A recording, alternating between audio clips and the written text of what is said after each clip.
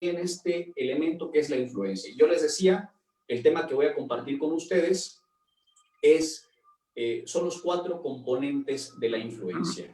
Para esto voy a basarme en los apuntes que nos comparte Nick Morgan en una obra sobre influencia y persuasión que forma parte de lo que produce la Harvard Business Review, la revista de negocios de la Universidad de Harvard. Y Nick Morgan nos dice que existen 4 componentes de la influencia. El primero es el poder posicional, el segundo es la emoción, el tercero es el conocimiento y el cuarto es el lenguaje no verbal, ¿sí? O las señales no verbales. Voy a detenerme de manera paulatina a lo largo de mi intervención en cada uno de ellos y justamente voy a arrancar por el poder posicional. Pero aquí hay una reflexión que quiero compartirles que nos presenta Nick Morgan, que dice: tener influencia significa algo más que llevar la voz cantante. Es tomar las riendas de una situación y entender qué papeles desempeñan el poder posicional, las emociones, los conocimientos y el lenguaje no verbal. Y hablemos entonces del poder posicional. ¿Qué significa esto del poder posicional? Dentro de una organización, en una empresa, en una organización religiosa, dentro incluso del liderazgo internacional, en el negocio en el que ustedes trabajan, incluso dentro de la familia, hay jerarquías. Están los padres, que son los que llevan la batuta del hogar, los proveedores, los que van educando a los hijos y por lo tanto son los que tienen la primera influencia, pero esta influencia generalmente se basa por el hecho de que son padres.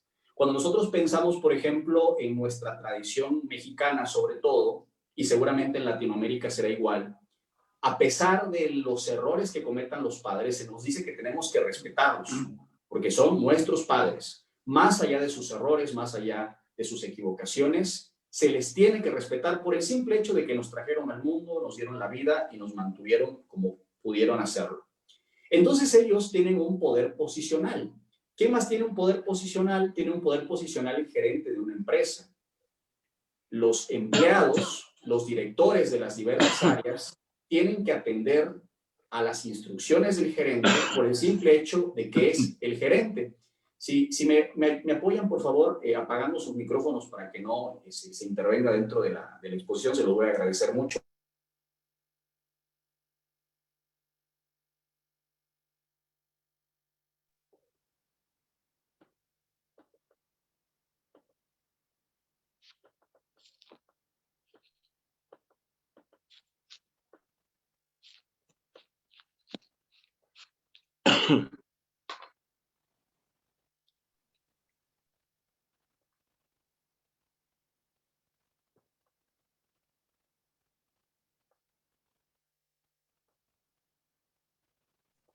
Permítame que active tu micrófono. Sí, actívalo. Ya. Es que estaba activado. ¿Sí me escucharon hasta hace un momento? No. Las últimas palabras no, Paul. Perdón, ¿hace cuánto tiempo no me escuchaban? Cuando dijiste que apagáramos los micrófonos. Ok, es que fue cuando me apareció justamente la imagen. Perdón. Bueno, les comentaba que muchas veces no basta con tener un poder posicional para que las personas hagan lo que nosotros queremos. Piensen ustedes, por ejemplo, en una empresa que está a punto de la quiebra, particularmente en el momento en el cual nos encontramos, por la crisis económica, por la falta de clientes.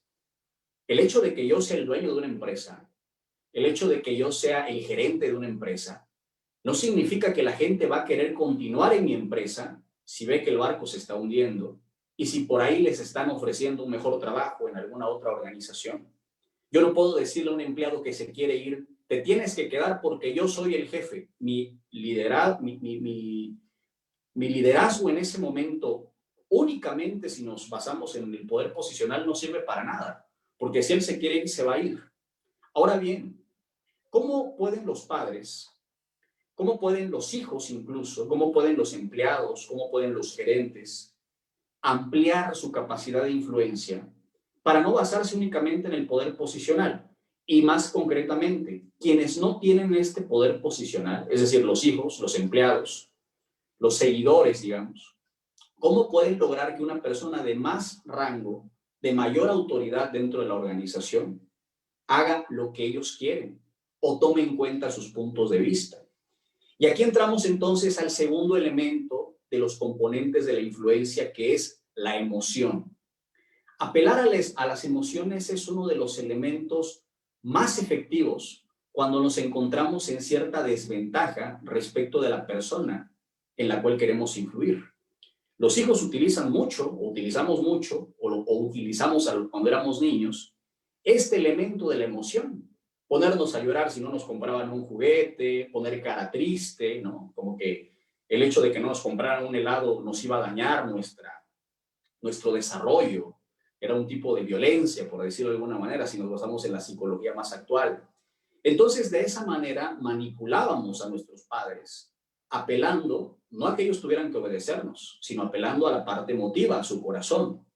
Pero si nosotros vemos el tema de la emoción de una manera más amplia, podemos encontrar, por ejemplo, que en los filmes de Hollywood, una de las características justamente que utilizan estas compañías productoras de cine es apelar a las emociones para poder conmover a quienes estamos viendo las películas. Pienso, por ejemplo, en la película Tiempo de Matar.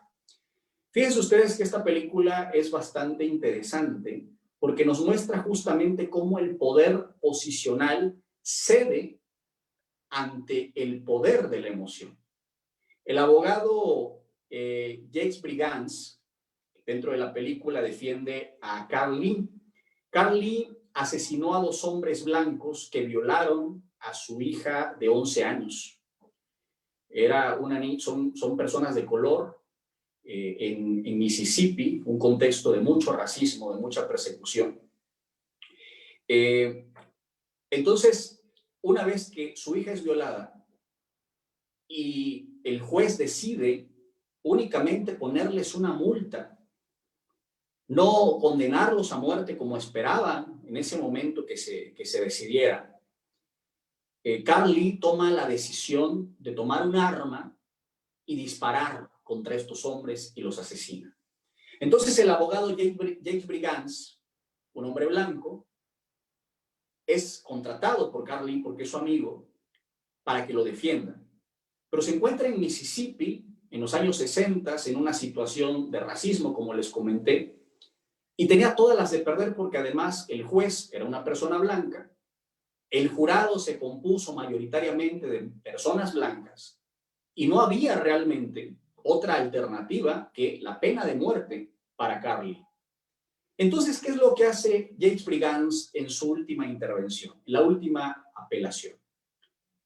Cuando hace uso de la palabra ante ese jurado plagado de gente blanca que prácticamente va a condenar a su cliente a muerte, comienza a narrarles toda la historia de esta niña que va caminando, cargando una bolsa con leche, con huevos, para llevar de comer a su familia.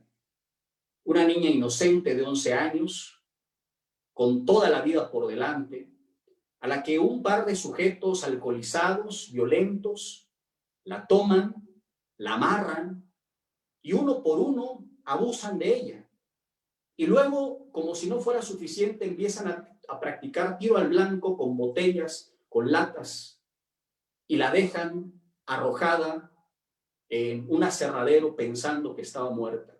Y la clave de su intervención es decir al final, ahora imaginen que esta niña es blanca. En ese momento el jurado está en su mayoría hecho un mar de lágrimas. Porque a pesar de que el poder posicional lo tiene el jurado, el abogado Brigance utiliza el poder de las emociones para poder influir en ellos y finalmente el jurado decide absolver a Carl Lee. Digo, esto es, digamos, tomado de una ficción, tomado de un contexto de una película, pero que perfectamente puede suceder en la vida real cuando nos encontramos en una situación de desventaja. Yo recuerdo, por ejemplo, cuando participaba en los concursos de oratoria, estaba un jurado, que son los que califican, que son los que van a definir el veredicto, y que muchas veces una manera muy efectiva de lograr un campeonato, de lograr un primer lugar, era apelando a las emociones de los jueces. Porque las personas tienen emociones, las personas también tienen su corazón, y por más que tengan un poder posicional que nos juzga o que está por encima de nosotros, podemos influir en ellas utilizando adecuadamente las emociones. ¿Alguno de ustedes, quisiera preguntar si alguno de ustedes recuerda una anécdota, recuerda una situación ahora que les estoy narrando esto, en donde digan, es verdad, en esta ocasión con esta persona, a pesar de que yo tenía cierta desventaja en cuanto a su poder posicional, tocando esta fibra sensible logré que se diera en determinado aspecto? Me gustaría preguntarle, doctor Quesada, si usted recuerda una situación en donde apelar a las emociones haya sido efectivo a pesar de que usted no tenía el control de la situación.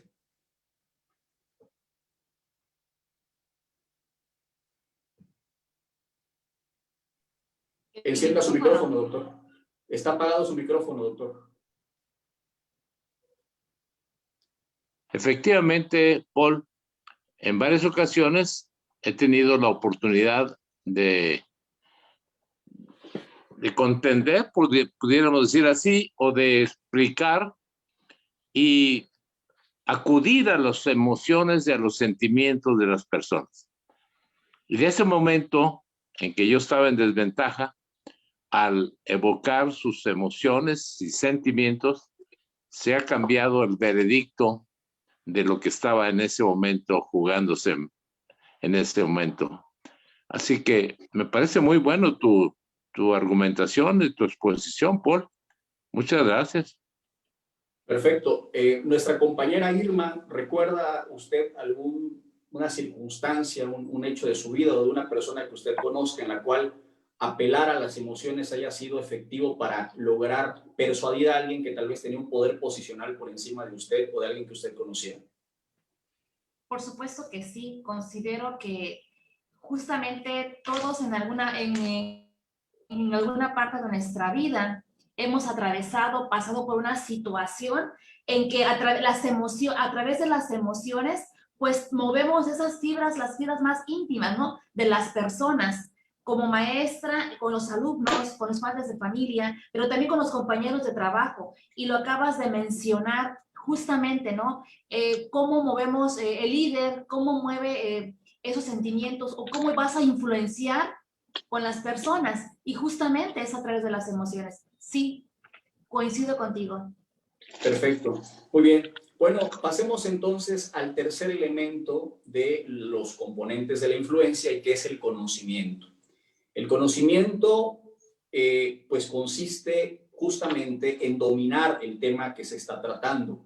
Yo puedo estar en una organización en la cual probablemente no soy el que lleva la batuta, no tengo la gerencia, no tengo la jefatura del departamento, pero probablemente conozco muy bien y con detalle la ley electoral o la ley civil o el código penal, y de repente al mostrar ese dominio de esos temas, logro poco a poco hacerme notar por la persona que es mi jefe.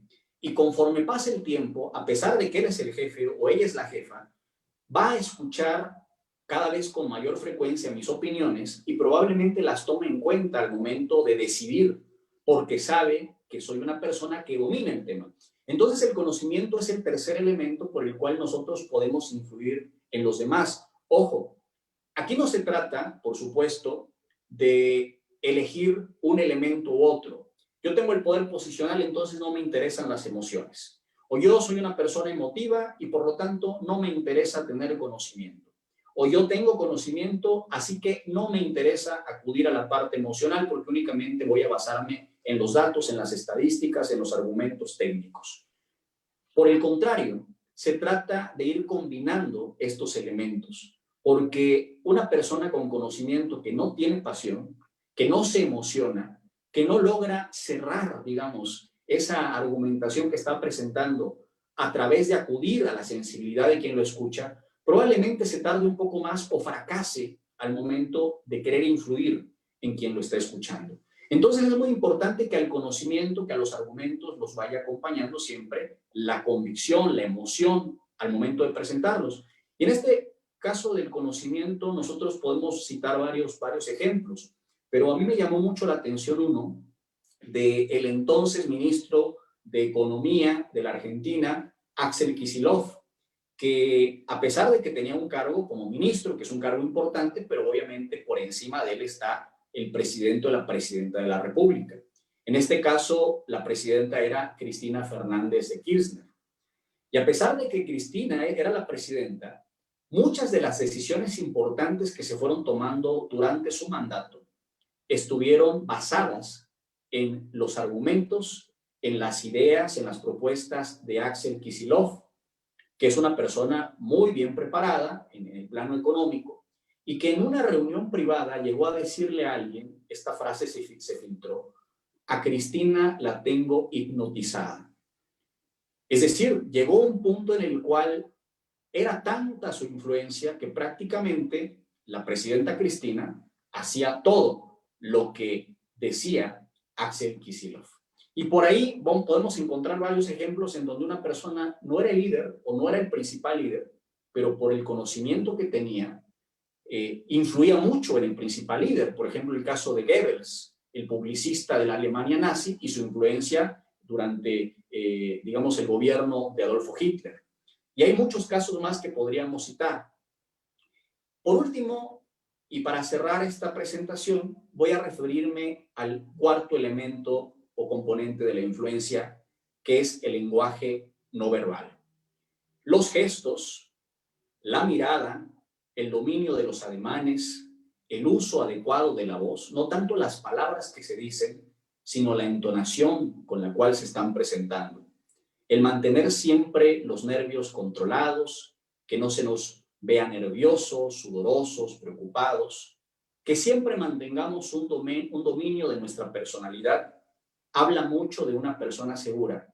Y la influencia, si le sumamos la emoción y le sumamos el conocimiento, es mucho más efectiva cuando viene de una persona que tiene dominio de su cuerpo y de su expresión, que cuando es una persona que probablemente sabe mucho, pero se muestra muy nerviosa, titubea, suda, la mirada la tiene extraviada, no se atreve a mirar a los ojos, acelera las palabras al momento de hablar. Entonces nosotros debemos siempre buscar redondear estos elementos, es decir, integrarlos todos al momento en que queremos influir en alguien. Lo primero que tal vez debemos identificar es cuál es el componente de la influencia que tengo mejor desarrollado. Soy una persona que mantiene muy bien el control de sus expresiones, que tiene la cabeza fría ante situaciones adversas, o soy una persona que a la primera me arranco, me enojo, despotrico, me pongo nervioso, empiezo a manotear, no tengo el control sobre mi cuerpo. Eso probablemente esté afectando la manera en la cual me perciben los demás. Soy una persona que conoce los temas, que los domina, que los profundiza, que los desmenuza, o soy una persona que más bien escucha lo que dicen los demás, pero nunca profundiza en los temas y no los conoce realmente al dedillo. ¿Soy una persona que apela a las emociones o soy una persona fría? Entonces, cuando nosotros hayamos encontrado ese rasgo de nuestra personalidad y cuáles son nuestras fortalezas, probablemente digamos, bueno, sí, tengo mucho conocimiento, pero me falta controlar mi expresión corporal. Y probablemente me falta meterle más pasión a las cosas, a las ideas cuando las presento.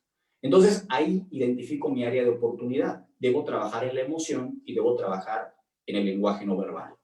Probablemente tengo el lenguaje no verbal, pero me falta el conocimiento y me faltan las emociones. Entonces, se trata de un viaje al interior a través del cual vamos descubriendo cuáles son las características y las aptitudes que tenemos y entonces a partir de ahí trabajamos en aquellas que nos hacen falta. Entonces, para recapitular y cerrar con esta exposición, y agradezco de antemano que se hayan tomado el tiempo de escucharme, el liderazgo es el proceso de influencia entre líderes y seguidores para lograr los objetivos organizacionales por medio del cambio. Dentro de esta expresión o de esta definición juega un papel preponderante la influencia, que se compone de 4 elementos. Uno es el poder posicional, el segundo es la emoción, el tercero es el conocimiento y el cuarto es el lenguaje no verbal. Muchas gracias por su atención. Bravo, Paul.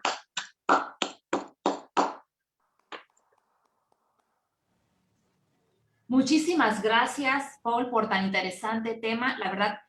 Y antes de concluir, agradezco al doctor Alfonso Tesada su participación, su apoyo en esta sesión. Doctor Alfonso Tesada, muchísimas gracias. También mi reconocimiento y mi admiración y respeto a Paul Mil por tan interesante plática o tema tecnocultural. Esta es una parte de lo que hacemos los lunes aquí o martes, dependiendo de los días que nos toca sesionar en los clubes. Y agradezco también infinitamente a todo el equipo, a todas las personas que nos invitaron, a los compañeros que tuvieron el gusto de estar presentes, a los invitados de esta noche. Ha sido un verdadero placer. Y